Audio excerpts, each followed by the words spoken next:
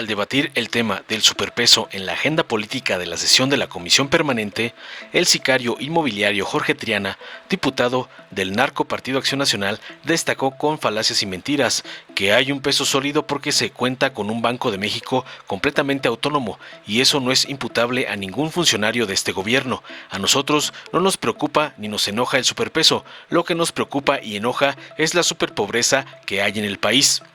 Indicó con medias verdades que el superpeso beneficia a las personas que se encargan de importar y a quienes van de compras al extranjero, pero no beneficia a las exportaciones y tampoco beneficia tener las tasas de interés que hay en este momento, las cuales pegan directamente a la clase media y a la inversión, y convierte al peso mexicano en una moneda muy líquida para que haya transacciones de manera sencilla. Por eso está fortalecido, espetó finalmente, entre otras mentiras.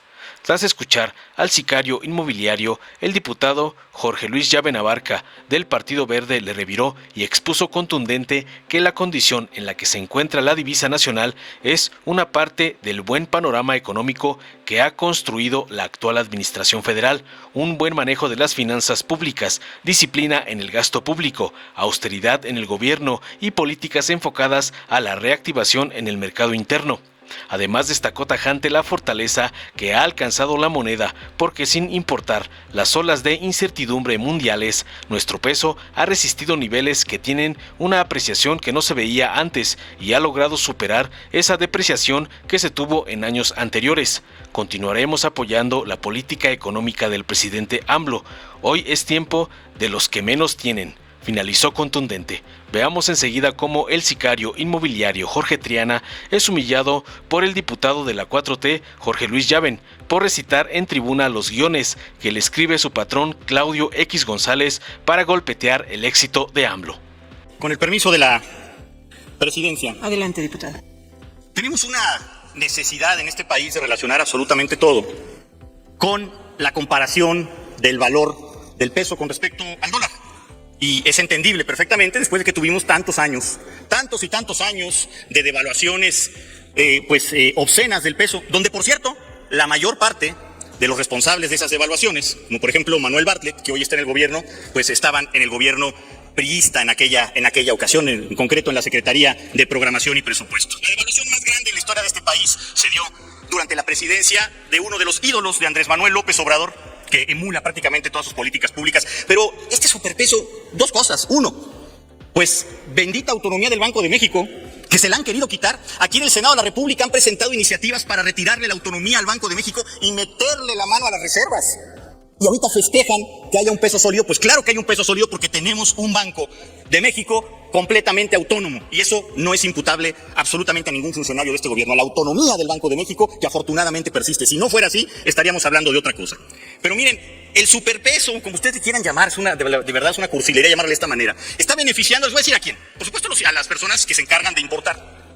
Está beneficiando también, de manera muy importante, a los que se van de shopping a San Antonio y al extranjero. Pues les sale bien barato, ¿no? Bien barato. Muchos, por cierto, también del grupo parlamentario de Morena y de sus aliados, que han sido sorprendidos haciendo compras cuantiosas en lujosos malls de los Estados Unidos. A ellos sí les beneficia, pero a las exportaciones no les beneficia. Y tampoco beneficia tener las tasas de interés como las tenemos en este momento. Una tasa de interés que pega directamente a la clase media, que pega directamente a la inversión y que por supuesto convierte al peso mexicano en una moneda muy líquida, que puede haber transacciones de manera muy sencilla, puede haber mucho flujo y por eso es que está fortalecido o apreciado. Y es, por supuesto, temporal. Digo esto nada más a manera de información y para que tengan ahí argumentos para poder debatir, que parece que no entienden el tema de cómo funciona.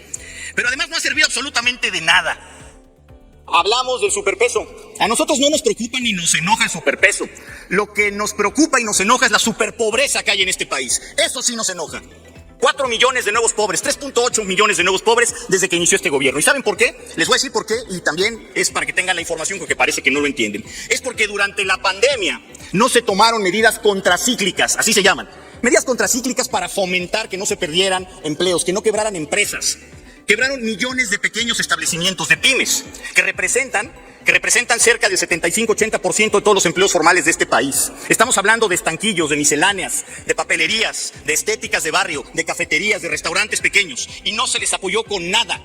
No se les apoyó difiriendo el pago de sus compromisos fiscales, no se les apoyó con el pago del predial, del agua, no hubo ningún convenio a nivel federal. Mientras países, ya no hablemos de países desarrollados, países latinoamericanos como Perú destinaron cerca del 15% del Producto Interno Bruto de su país en medidas contracíclicas, México vergonzosamente destinó el 0.1%, nada. Esto provocó, claro que sí concluyo, que se fueran completamente al desempleo millones de personas y que vivieran en la pobreza, y ni siquiera los programas sociales, que ya representan cerca del 3% del Producto Interno Bruto, han podido paliar esta situación. Y no la han podido paliar porque no llegan a las personas más pobres, a los deciles más bajos. Se quedan simplemente, como son universales, en un programa clientelar para jalar votos, y esto está demostrado por todos los organismos fiscalizadores de estos programas sociales. Tiempo, por supuesto que van a tener tiempo de responder, no se me desesperen. Con esto voy a concluir.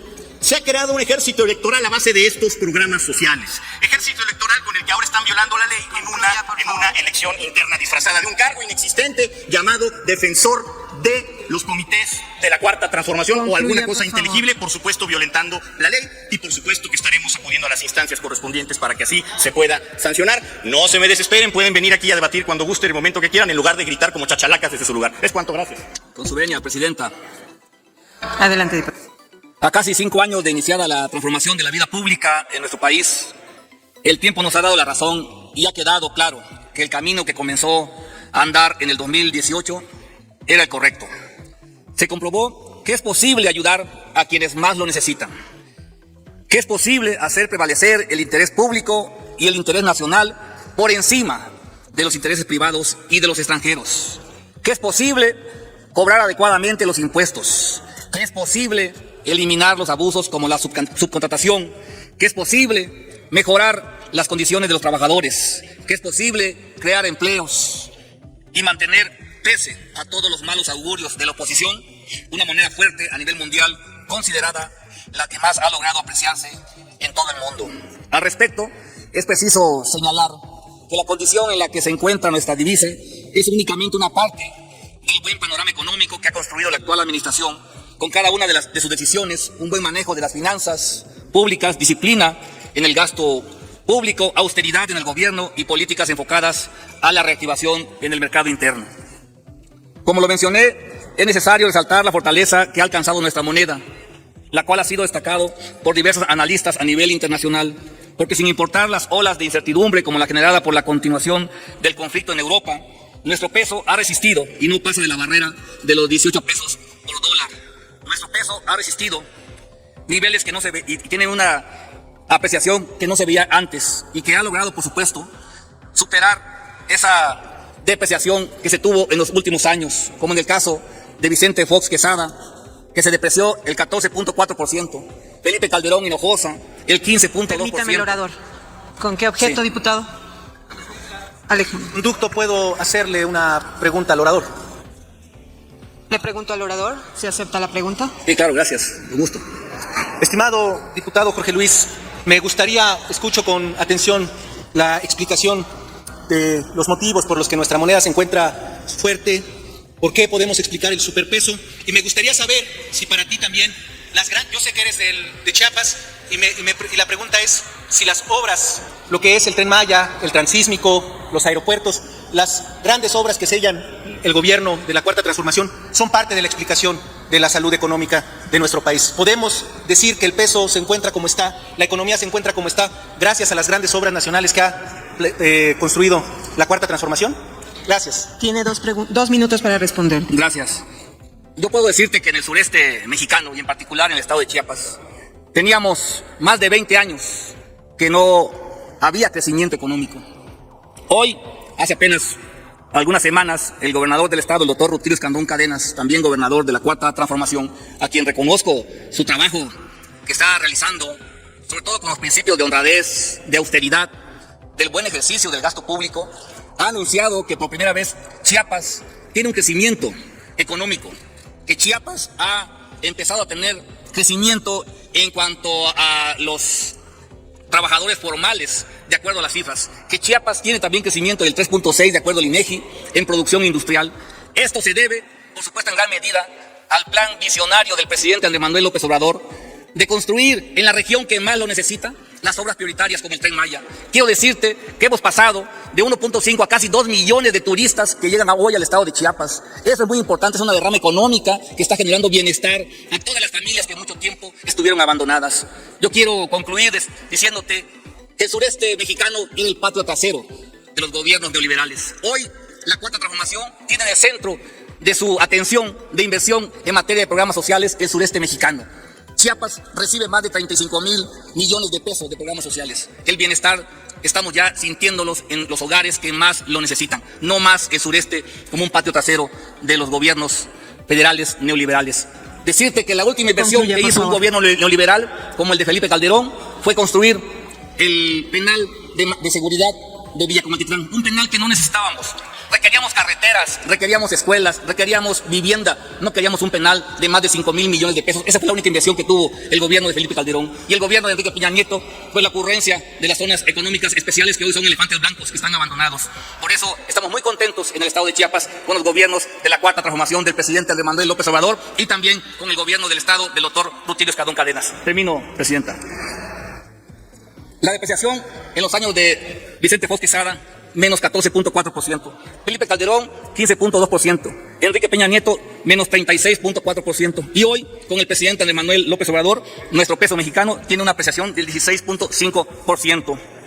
Por eso, quiero recalcar que nunca antes los programas sociales habían llegado a tantos hogares con ingresos laborales bajos o nulos, pues este número pasó de 6.4 a 9 millones de familias. En suma, más allá de lo que puedan decir los detractores de nuestro movimiento, el gobierno del presidente López Obrador ha dado muestra de cómo sí se puede hacer política de un modo distinto, apoyando de manera prioritaria a quienes más lo necesitan, protegiendo lo que es de todos, haciendo cumplir las leyes, enfocándose en crecer de manera equitativa y en no dejar a nadie atrás y menos a nadie afuera. Por todo ello, desde el Partido Verde Ecologista de México, continuaremos apoyando la política económica del presidente de la República e impulsando los cambios necesarios para que el bienestar sea una realidad para todos. Hoy es tiempo del sur, hoy es tiempo de los que menos tienen.